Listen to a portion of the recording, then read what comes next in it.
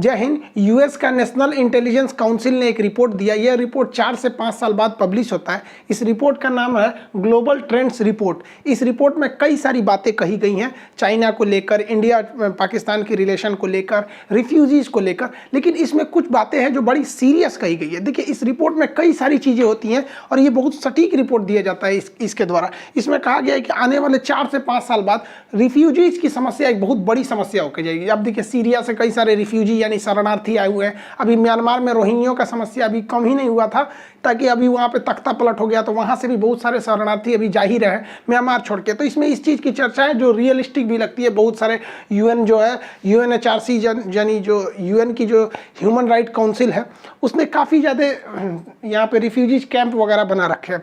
इसमें कहा है कि ये समस्या अभी और लंबी चलने वाली है।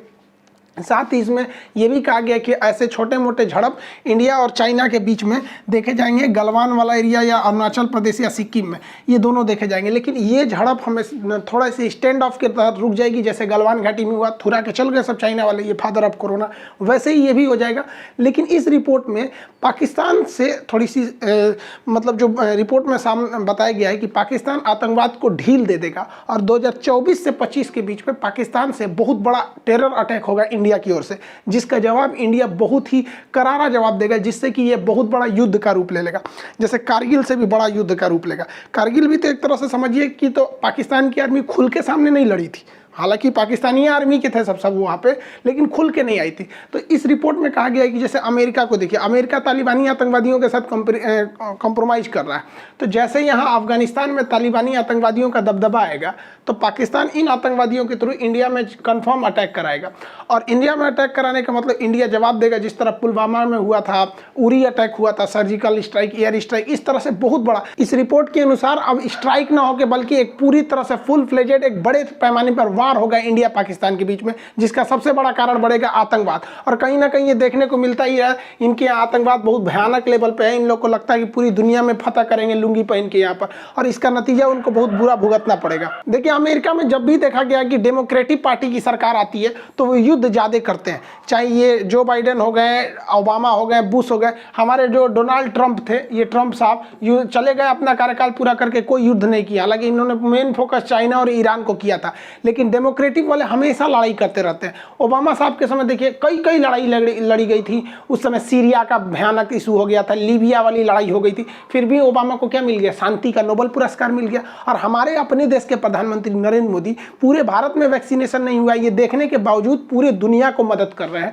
कोरोना वैक्सीन भेज रहे हैं। अगर नहीं भेजे तो क्या इनके ऊपर कोई प्रेशर लगेगा? नहीं। लेकिन इनके बावजूद हमारे प्रधानमंत्री को नोबेल पुरस्कार शांति का नहीं मिलेगा, लेकिन ये 4 को युद्ध लड़ लेंगे, फिर भी शांति का नोबेल दे दिया जाएगा इनको। ये लोग एकदम होशियार है। देखिए भाई साहब, एक बात बताते हैं, अगर कोई आपको अंधेरे का डर दिखा रहा है तो मतलब आपसे टॉर्च बेचना चाहता है, तो ये भी युद्ध का डर दिखा के हथियार बेचना चाहते हैं। ये जो बाइडेन ये बहुत बड़ा होशियार बनते हैं, हथियार ले लो, बम ले लो, तोप ले लो, बंदूक ले लो, मिसाइल ले लो, इसे सब हथियार का व्यापारी है सब। इसलिए भारत और पाकिस्तान के बीच में ये रिपोर्ट दिखा के और हथियार बेचना चाह रहा है। पाकिस्तान तो डर के मारे ले ही लेगा कि भैया हमारा क्या हाल होगा यहाँ पर। लेकिन एक मिनट के लिए मान लेते हैं कि 2024 से 25 के बीच में ये रिपोर्ट सही भी हो जाएगी, तो हमारे लिए तो अच्छा है। मोदी जी से बार बार पूछा जाता है कि हम लोग पीओके क्यों नहीं ले आ पाते। 1947 से 48 के बीच में जैसे देश आज़ाद हुआ था, तो पाकिस्तान ने भारत का ये 30% एरिया जो ग्रीन वाला देख रहे हैं, इसे पीओके कहते हैं, पाक ऑक्युपाइड कश्मीर, पाक अधिकृत कश्मीर, ये कब्जा कर लिया। और इसमें से लगभग 5000 स्क्वायर किलोमीटर एरिया का ये जो था, ये चाइना को गिफ्ट दे दिया था। ये इसे सक्सक्राम वैली कहते हैं, चाइना को इसने गिफ्ट दे दिया। तो हम लोग को पीओके को वापस लाने यही एक अच्छा बहाना हो जाएगा। तुम आतंकवादी हमला करो, हम लोग इधर से पलट के कर देंगे। अब अमित शाह के लिए तो भैया खुशी का कोई ठिकाना नहीं। 2024 के चुनावी मैनिफेस्टो में कर देंगे कि एकदम इस बार हम लोग लेके आएंगे पीओके। अच्छा बात है भैया, हमारा जो टुकड़ा हुआ भारत है, अखंड भारत बन जाए। ऐसे कोई अजुराते रहे, हम लोग थूर थार के बराबर कर देंगे। कौन सा डर लगा हुआ है हम लोग को? अखंड भारत हम भी चाहते हैं भैया, भारत अखंड हो जाए। हम कहाँ से कहाँ तक चालू होते थे यहाँ पर। और इसमें ये सलमान खान एकदम खुश है। ये क्या लिए खुश है? करा कि भैया मेरा एक तो मूवी था बहुत हिट कर गया, एक था टाइगर, अब 2024 में एक मूवी बनाने जा रहा है।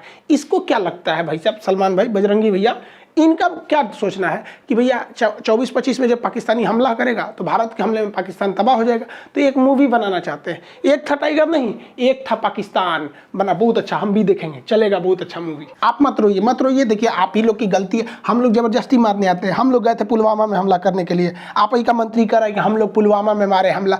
अरे भैया आप सोते हुए सैनिकों को मारे, हम लोग आपको उठा के धो के चले हैं भोरे भोरे। मत रोइए, चुपचाप हो जाइए। जितने स्टूडेंट हैं उन लोग के लिए कर रहे हैं भैया एनडीए और सीडीएस वाले, आप दिल लगा के पढ़ाई कीजिए, क्योंकि ये आप लोग के लिए एकदम गोल्डन अपॉर्चुनिटी है। क्योंकि इस बार जिनका एनडीए होगा 24-25 तक वो पासिंग आउट परेड होकर आर्मी में शामिल हो जाएंगे। और सीडीएस वालों के लिए आप लोग जबरदस्त कीजिए, यहाँ इंडियन आप पहुँचिए खड़गवासला में, या फिर अपना IMA Dehradun Indian military academy, वहाँ बेहतरीन अफसर बन के निकलिए और लड़ाई में भाग लीजिए। देखिए हम तो भाई गए थे एनडीए के थ्रू, तो हमारा हाथ टेढ़ा है। देखिए हमको इतना ज़्यादा एंगल है कि मेरा सिलेक्शन नहीं हो पाया, तो कम से कम आप सेलेक्ट हुई और धो के आइए। और आप लोग इस रिपोर्ट के हिसाब से धोइए, इसलिए बहुत जल्दी हम एनडीए और सीडीएस के बैच को आपको बताएंगे और आप सब लोग इस बैच में आएंगे। और इस बैच में निकलने पास होने के बाद आर्मी में ट्रेनिंग लेके 24-25 में धोइए, ताकि उस समय हम बताएं कि भाई देखो हमरो बैच का लड़का धो के आया है सब यहाँ पर। अभी पाकिस्तान के पास ये समस्या नहीं, यूएन की एक रिपोर्ट के हिसाब से 3 से 4 साल बाद पाकिस्तान के पास एक वाटर क्राइसिस आ जाएगा। यहाँ पे पानी की एक बहुत बड़ी समस्या आएगी। देखिए पाकिस्तान का जो सिंध और पंजाब वाला एरिया है ना, बस यही ठीक है, लेकिन उधर खैबर पख्तूनख्वा हो गया या फिर बलूचिस्तान हो गया, वहाँ पानी की बहुत ज़्यादा किल्लत है। तो पानी की इतनी भयानक समस्या आने वाला है, अब इन लोग को पता ही नहीं है। इन लोग अभी दूसरे दुनिया में जी रहे हैं। इनको कहना है कि कश्मीर में वापस 370 लगाए जाए। भैया कौन सा नशा करता है, इस सबको नहीं समझ में आता है। मत तुरा काला से 370 वापस हो जाएगा। कहते हैं जस करनी तस हो भोग ही पावा। पाकिस्तान ने आतंकवादियों को पाल पोस के बड़ा किया, आज इनको समझ में आता है इन आतंकवादी पाकिस्तान के लिए खतरा बन गया। खैर अल्लाह इन आतंकवादियों पर रहम करे, क्योंकि हमारी इंडियन आर्मी तो इन्हें रहम करने वाली है नहीं। इन लोग को लगता है कि किसी मासूम को बम फोड़ के मार देंगे, किसी होटल में ट्रेन में बम फोड़ देंगे तो इन्हें अल्लाह माफ़ करेगा और जन्नत देगा। देखिए आतंकवादियों को माफ़ करना या ना करना ये अल्लाह का काम है, लेकिन आतंकवादियों को अल्लाह तक पहुंचा देना ये हमारी इंडियन आर्मी का काम है। तो हमारी इंडियन आर्मी इन लोग को इनके मुकाम तक पहुंचाती है। खैर अब क्या कीजिएगा, इन लोग को समझ में नहीं आता है। पता नहीं कौन इन लोग को पढ़ा देता है कि किसी होटल में जाके आप मार दीजिएगा, मासूम बच्चों को बम से उड़ा दीजिएगा, गोली मार दीजिएगा रेलवे स्टेशन पे जाके, बस स्टैंड पे फोड़ के, तो इन्हें जन्नत मिलेगा। और जन्नत में इनको 70 तो हूर मिलेगी, परी मिलेगी। जब हाल है ससुर, इन सब का मेंटेलिटी देखो। हम लोग हिंदुस्तान वाले सोचते हैं कि मरने के बाद शांति मिलेगा, ये सब ससुरा दुनियादारी बहुत खराब चीज़ है। इस ससुरा मरने के बाद वो सोचता है सब घूमो एकदम ठर, मतलब वो 70 का व्यवस्था सोच के रखता है। बताओ भाई ये कौन बात है यहाँ पे। ये बताइए इसको कोई चढ़ा दिया कि इसको 70 हूर मिलेंगी, सब जाके बम फोड़ दिया ताज होटल में, इसको क्या हाल हुआ होगा, चिथड़ा उड़ गया इसका, इसको जन्नत मिल गया होगा। देखिए पाकिस्तान के 90% लोगों को लगता है कि भारत से युद्ध होगा तो ये लोग जीत जाएंगे। 90%। केवल 10% लोगों को लगता है कि वो हार जाएंगे। और वो 10% जानते हैं कौन है?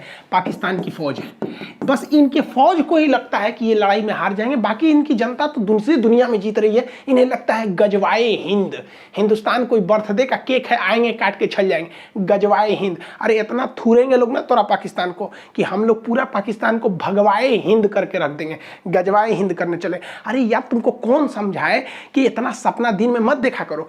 और हिजड़े कितना भी सपना देखना, हिजड़े कभी बाप नहीं बन सकते। तुम्हारा सपना ही रह जाएगा भारत को जीतने। ससुरा हम लोग चांद पे चल गए, लोग मंगलयान लेके मंगल ग्रह पे चल गए, अभी सोच रहा है कि कश्मीर में कैसे घुसा जाए। सोचो ससुरा हम कितना समझाएंगे, हमारा समझने तुम समझेगा। खैर आप लोग समझ गए ना, ये रिपोर्ट से कुछ होने वाला नहीं है। ऐसे ही ये रिपोर्ट आई है और होगा भी तो क्या करेंगे हम लोग पे।